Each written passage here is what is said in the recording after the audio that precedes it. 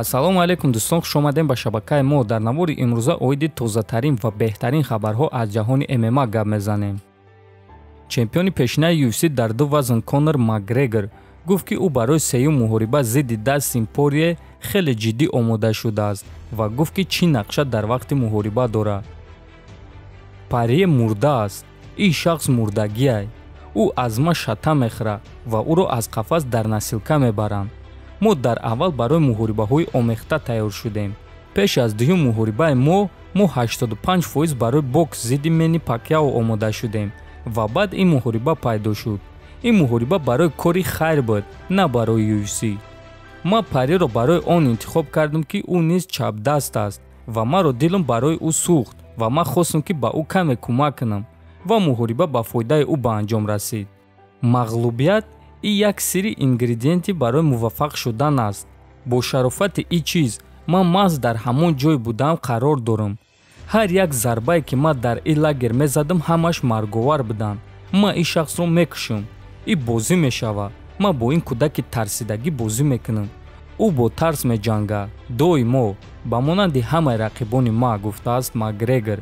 дӯстон, рости Конор Макгрегор пеш аз сеюм муҳориба бо Порьеро хеле ғазабнок аст ва ба назар чунин мерасад гӯё ки Конори пештара баргаштааст ва акнун танҳо муҳориба нишон хоҳад дод ки Конор пешина баргаштааст ё ин ки вақти ӯ гузаштааст.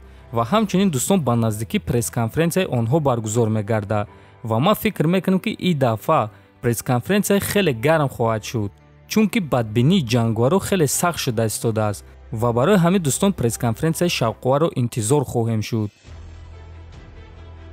президенти UFC Дана Вайт оиди топови ҷангвари UFC дар вазни нимёна Леон Эдвардс фикроша баён кард. биён суханҳои Вайтро гӯш мекунем.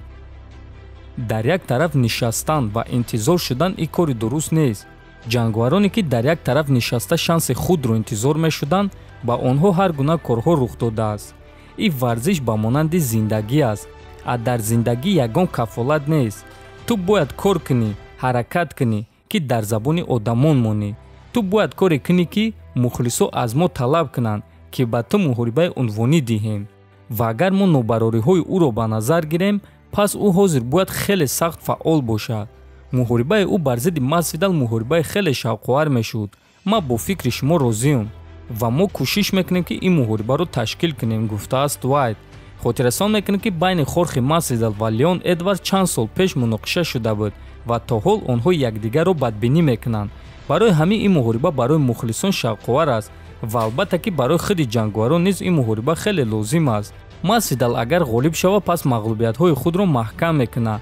агар Леон Эдвардс ғолиб шавад, пас ӯ аниқ довталаби рақами 1 барои камарбанд хоҳад шуд. ҳамчунин Дана Вайт гуфт ки реванши Пётр Ян ва Алҷамин Стерлингро кай нияти ташкил кардан доранд. албатта ки ин муҳориба баргузор мегардад. эҳтимол аст ки ин муҳориба моҳи октябр баргузор хоҳад гардид, гуфтааст Вайт. имрӯз дар канали журналисти ТАСС Игор Лазорин наворе баромад ки дар он варзигари тоҷик Муин Гафуров дар саволи бо ки дар UFC дар вазни 61 килограмм ҷангидан мехоҳад ҷавоб додааст.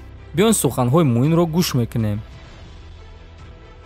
якум мехоҳам ки қатъи ами ҳабе дар шоу UFC контракт шава иншаллоҳ ки якум қатъи Коди Гарбрандт чиза барои рубка мекунам рӯ хотир каш қатъи Коди Гарбрандт афтаро Пётр Ян.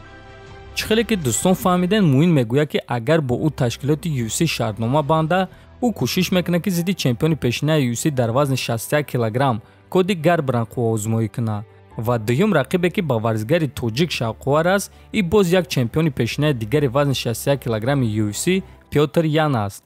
хотиррасон мекунем ки айни замон Муин шартнома бо ташкилоти Dana White Contender Series дорад ва бояд қайд кард ки ин ташкилоти худи президенти UFC Dana White аст ва ғолибони ин ташкилот бо UFC шартнома мебанданд. барои ҳамин мо умедвор мешавем ки Муин муҳорибаҳои дурахшон нишон медиҳад ва баъд бо ташкилоти UFC шартнома мебандад. ногуфта намонад ки Муин аввалин муҳорибаи худро дар ин ташкилот аллакай моҳи сентябр зидди Чад Анхелигер хоҳад гузаронд. дӯстон, ин буд хабарҳои имрӯза. ҳатман дар канал обуна шавен. фикр ақидаотонро нависен. то боздид хонободу сарбаланд бошен.